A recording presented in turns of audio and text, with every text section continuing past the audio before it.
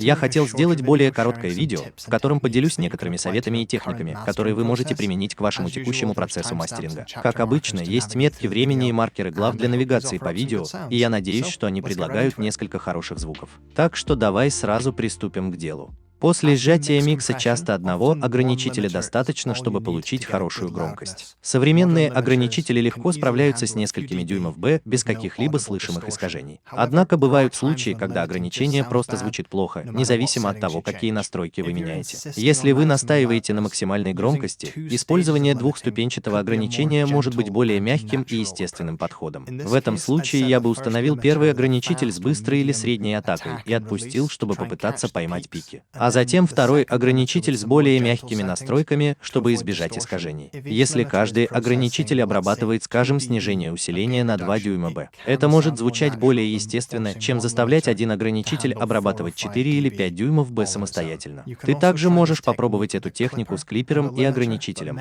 но многие клиперы как бы привносят свой собственный звук и искажения. Так что, возможно, это то, чего ты хочешь избежать. Ты должен быть очень осторожен, используя эту технику. Я бы не рекомендовал это делать, если только ты не очень уверен в том, что используешь один ограничитель. Увеличь частоту передискретизации и убедись, что ты не искажаешь дважды, так что выключи искажение. Как всегда, просто сравни результаты до и после и посмотри, какой из них звучит для тебя лучше всего. Это относится как к миксам, так и к мастерам. Это нормально делать несколько мастеров с немного разной обработкой. Когда ты закончишь, как ты выбираешь своих любимых, когда на самом деле все они просто звучат немного по-другому. При сравнении я нахожу гораздо более полезным сопоставлять воспринимаемую громкость в начале песни. Так что я выстрою всех разных мастеров в новую сессию. И буду регулировать громкость вверх и вниз до тех пор, пока громкость не будет звучать одинаково в первом куплете, обычно на основе чего-то вроде вокала. Это дает мне гораздо лучшее представление о том, как слушатель услышит и воспримет мою песню. Они просто отрегулируют громкость в самом начале и позволят ей звучать. Теперь, когда все эти громкости подобраны, тебе гораздо легче сравнить переход от куплета к припеву или припева к мосту и сказать, какие песни хорошо открываются, у каких хороший подъем и спад, а также какие из них чрезмерно динамичны и заставляют тебя тянуться к регулятору громкости, что очень важно. Это определенно не то, что ты хочешь сделать. Эта техника действительно помогла мне намного быстрее выбрать моего любимого мастера, и я надеюсь, что она поможет и тебе. Попробуй использовать автоматический эквалайзер для улучшения своих треков, миксов и мастер-классов. Тот, кого я использую и кому доверяю, это Gullfoss от Sound Fairy, которые являются спонсором этого видео. До 1 декабря ты можешь получить скидку 40%, воспользовавшись моей ссылкой в описании ниже. У них никогда не было такой большой распродажи, так что никогда не было лучшего времени, чтобы заполучить в свои руки этот интеллектуальный автоматический эквалайзер. Ты загружаешь его на любой трек и настраиваешь обработку, выбирая, чтобы разоблачить скрытые звуки, улучшить детализацию и улучшить баланс твоей музыки. Gullfoss делает тысячи микронастроек в секунду на основе входного звука и параметров, которые ты настроил. Ты получаешь все 3 плагина Gullfoss, включая Live и Master, так что у тебя всегда есть правильный инструмент для живого микширования, постобработки и мастеринга. Одна из моих любимых особенностей Gullfoss — это чувствительность и контроль. Ты можешь применить самую тонкую обработку к определенной области или просто изменить форму треков, придав им совершенно новый баланс и уровень четкости.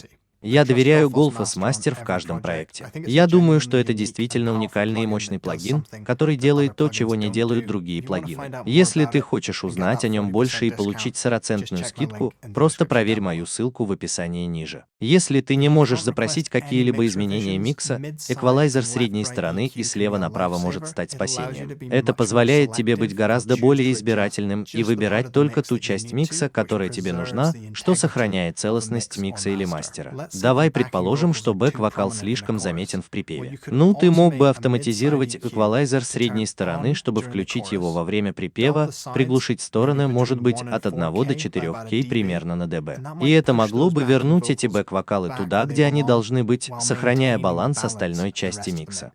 Или если вы слышите раздражающий звук или резонанс в записи с левой стороны микса, вместо того, чтобы настраивать обе стороны вместе, вы можете просто взять левую сторону и решить проблему там, сохранив целостность правой стороны микса.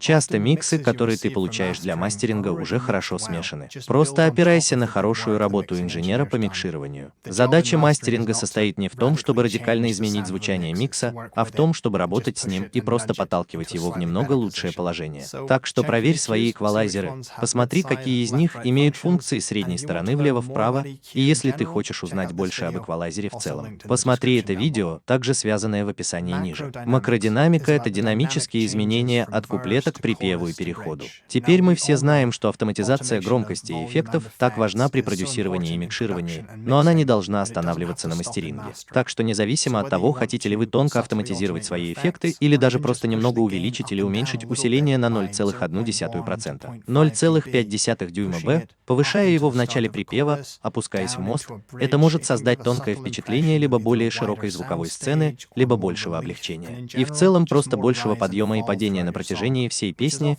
чего мы часто пытаемся избежать мальчик, который просто был абсолютно плоским. Изменения должны быть незаметными, они не должны заставлять слушателя тянуться к регулятору громкости. И чтобы помочь в этом, я бы всегда автоматизировал усиление перед вашим конечным ограничителем, чтобы убедиться, что пиковая громкость постоянна. Это не вызывает никаких искажений или проблем при воспроизведении, и это делает эффект незаметным, потому что мы просто очень слегка увеличиваем и уменьшаем среднюю громкость микширования. Ты должен быть уверен, что это то, что ты воспринимаешь почти подсознательно, а не изменение громкости, которое заставит слушателя схватиться за регулятор громкости. Итак, это 5 техник, которые ты можешь применить к своему текущему процессу освоения. Дай мне знать, как у тебя с ними дела, и еще раз спасибо SoundFairy за спонсорство видео. Если ты хочешь узнать больше о Guffos и получить 40% скидку, проверь мою ссылку в описании. Я также хотел бы поприветствовать всех вас, желающих присоединиться к нашему сообществу Discord-сервер. Именно там я провожу свои живые мероприятия, и именно там сообщество и в целом наиболее активно. Поэтому я оставил ссылку ниже,